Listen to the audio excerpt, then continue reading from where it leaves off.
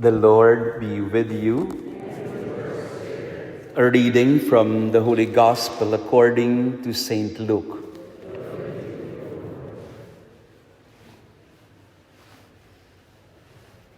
Jesus entered a village where a woman whose name was Martha welcomed him. She had a sister named Mary who sat beside the Lord at his feet, listening to him speak. Martha, burdened with much serving, came to him and said, "Lord, do you not care that my sister has left me by myself to do the serving? Tell her to help me." The Lord said to her in reply, "Martha, Martha, you are anxious and worried about many things. There is need of only one thing. Mary has chosen the better part, and it will not be taken from her." The Gospel of the Lord. Praise be Jesus Christ. Okay pa po kayo? Sino po ang nag-gondola ride kanina? Taas nga po ang kamay ng mga nabudol. Tensya na po. Yung pala doble pala ang presyo. Pero I invite you, all the couples who are here, as you cross the bridge, hundreds of bridges here in Venice, you stop po, if you're a couple, you stop, and then you kiss each other. Kasi ang paniwala nila, yung bawat couple daw na nag-cross ng bridge sa Venice, although there is one bridge in particular, pero it is extended to other bridges as well. So taas ng kamay ng mga couples na nandito, lovers in Venice. Yeah. So kiss each other as you cross the bridge. Wala nila, hindi naman tayo naniniwala sa superstition, di ba? Pero ang paniwala ay kayo na habang buhay. And forever, ever, and ever na kayo. So we are in Venice, and it would be good to look at the spiritual significance of this place. Historically, it is so significant. Politically as well, very influential. And economically, also very crucial. Because if you were listening to your guides, nakikinig po ba kayo? O nagsha-shopping lang kayo? Yeah, sabi nila, this is the meeting point between the East and the West, between Byzantine and the Roman Empire. So this practically is in a way, the fulcrum of the world, at least at that time. So this is very powerful, economically, politically, and yes, spiritually. I'd like to focus on the spiritual significance of Venice. At nanggaling yun sa Nakaw.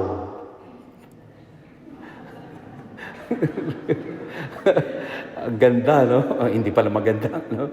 Pero, di ba? Again, nakikinig po kayo kanina sa explanation ng inyo. Hopefully, summarize the story.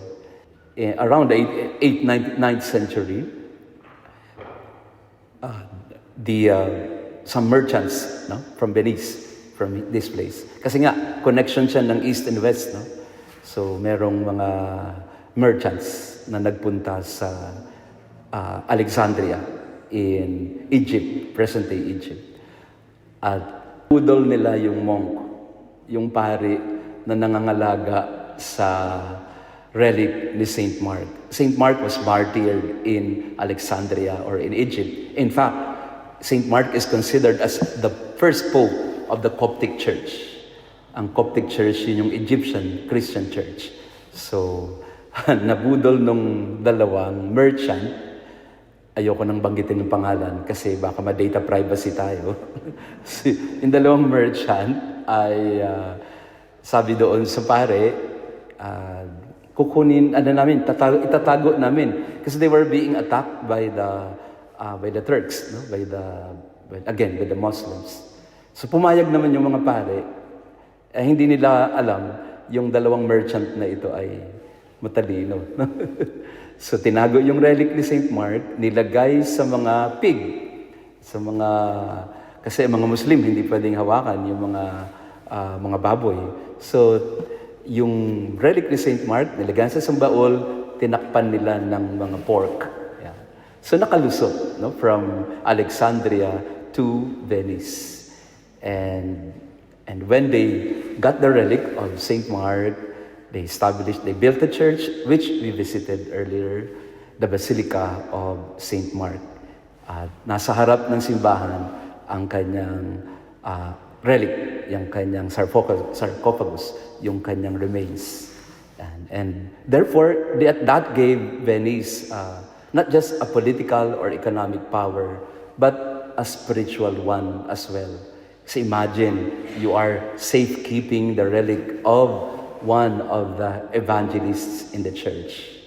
And that is why also, if you look around all corners here in Venice, you will see the symbol of a lion, the winged lion, yung lion na may pakpak, a symbol of Saint Mark. Remember, di ba merong 4 evangelists? Ang mga symbol nila, Luke ay ox, si Matthew ay tao, at si John ay eagle, and Mark is a lion. So the symbol of Venice is a lion with wings, because it's not just an ordinary lion, but a lion that soars to heaven. Yung pinanggalingan nito ay nakaw na nauwi sa, sabihin nating mabuting bagay din naman. Bakit? Kasi because of the attack of the Moors, of the Turks, na-preserve yung relic. Kasi kung naiwanan yun doon sa monastery, na inatake ng mga Muslim, panigurado, nawala na yung relic na yun. Iba rin, ano? May nagkamali na ninakaw ang isang bagay, pero ginamit ng Diyos para ma-preserve ang isang magandang bagay. In a way, God writes straight in crooked lines. At now, as we visited the Basilica of St. Mark, there was that gold and glass that somehow symbolizes not just the beauty of the faith, but the protection that this faith gives to us. If you meditate on the glass and the gold, again, anong sabi ng mga guide natin? Yung gold na preserve ng glass sa ilalim, tsaka glass sa ibabaw, para hindi mawala yung gold. In a way, that also is a symbol of our faith, that our faith needs to be protected. And sometimes we just allow it to be taken from us. We don't defend it, we don't protect it. Today is also the memorial of Our Lady of the Rosary. And remember the story of Our Lady of the Most Holy Rosary, the Battle of Lepanto in the 16th century. Again, sino ang magkalaban? Kalaban ng Muslim, Kristiyano. At sa patunggalian na yon, in the Battle of Lepanto, that is somewhere in Greece, nanalo ang mga Kristiyano. Kaya makikita natin na ang kasaysayan ng ating pananampalataya ay hindi naging madali din. No, maraming mga pinagdaan ng mga giyera, dugo na dumanap, martyrdom for many. And yet, the faith is proclaimed even to this day. And Saint Mark is a testament to that. The Gospel of Saint Mark that we read from the Scriptures is preserved even to this day.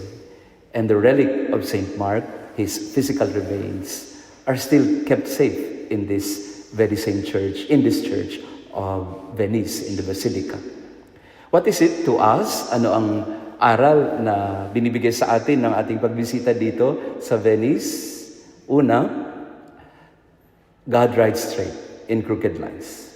Nagsimula sa nakaw, pero nauwi sa mabuting bagay. Pakisabi nga sa katabi mo, God rides straight in crooked lines. Yan. Kahit may pagkakamali ang buhay natin, kahit nagsimula na mali, pwede rin gagawin ng Diyos na itatama. Ano ba yung nangyari sa buhay natin? Medyo mali sa una, pero kalaunan na itatama. Siguro some relationships start that way. No, akala mo mali ito, mali ang taong napuntahan mo o mali yung tao na minahal mo. Na parang nagsisisi ka. Sino po dito ang nagsisisi sa inyong mga pinakasalan o ano? Parang isang malaking pagkakamali ito. Parang bakit ba ito pa? Pero kalaunan, no, sa grasya ng Diyos, sa biyaya ng Diyos, yung parang akala mo'y mali na itutuwid pa rin niya.